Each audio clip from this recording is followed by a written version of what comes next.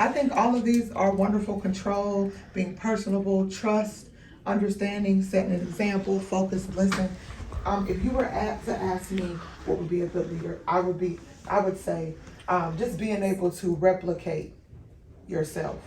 The one thing that you don't want to do as a leader, you don't want to lead so far from a distance that you're not able to pass down what you know, your knowledge, your experiences. If you're not replicating, if you're not multiplying, then you're not adding to the company. So it really should be, you all should be little mini me's running around. And you have to ask yourself, would I want another me running around here?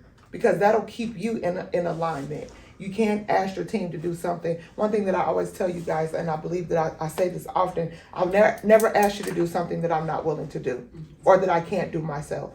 So I think it twofold, being a good leader is also being a good follower. You know, showing your team that you're willing to follow the vision of Power Home, showing the team that you're willing to follow the vision of the executives and the CEO and even your director. You can't want to lead, but you're not able to follow and be able to replicate, because as you replicate, then they'll pass that along. Even if they're not in leadership, they'll pass that along to their coworkers, you know, as we get new people, and then that actually takes some of the pressure off of you. How many times have you taught somebody something and then you walk in and then they're sharing your nugget with somebody next to them?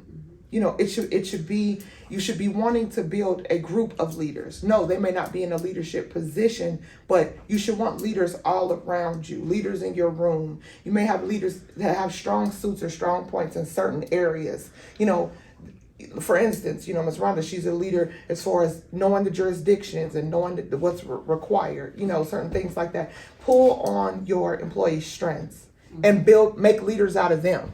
That's a true leader.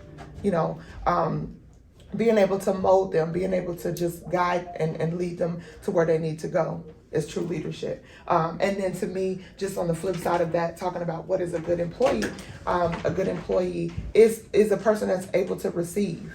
You know, they may not come in with all of the tools, they may not have everything they need, but if they're pliable, if they're willing to learn, if they're willing to listen, if they trust you, if they respect you, all you have to do is just kind of flip this around to the other side, and that's a good employee. I know that we like to relate the level of employee to skill, but when you look at an overall employee, it's not just related to skill. You need more than skill. You need to be willing to go to the next level, especially as you're trying to grow and improve your teams. I've been with Power Home for 5 months.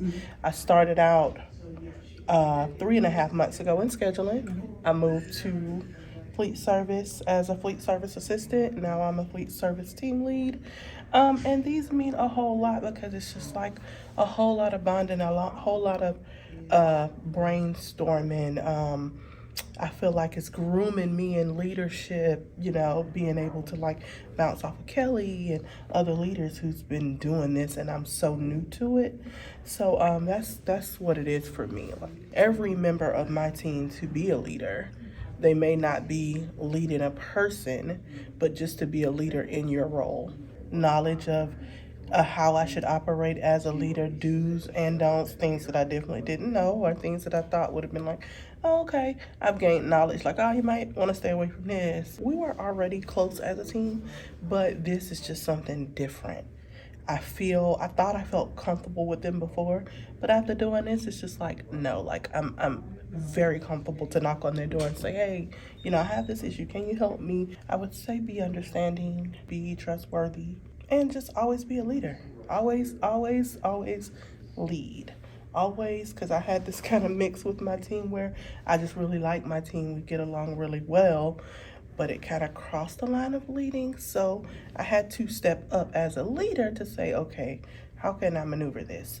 I want you to like me as a leader, but then I want you to also know that I am your leader, and I need you to respect what I'm saying. And so my advice is to always be a leader first.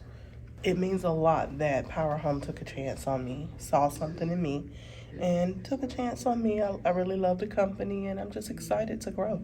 Bam. Basically, we discuss our teams, we discuss how to improve on our processes, and we also discuss basically like little trainings on how to be better at what we do. How we can like cross-train in other departments, and also how we can assist in other areas. That's part of the cross training, and also just how we can improve upon our productivity in our own departments. This is a ever-growing company. We find it out the hard way, especially in licensing.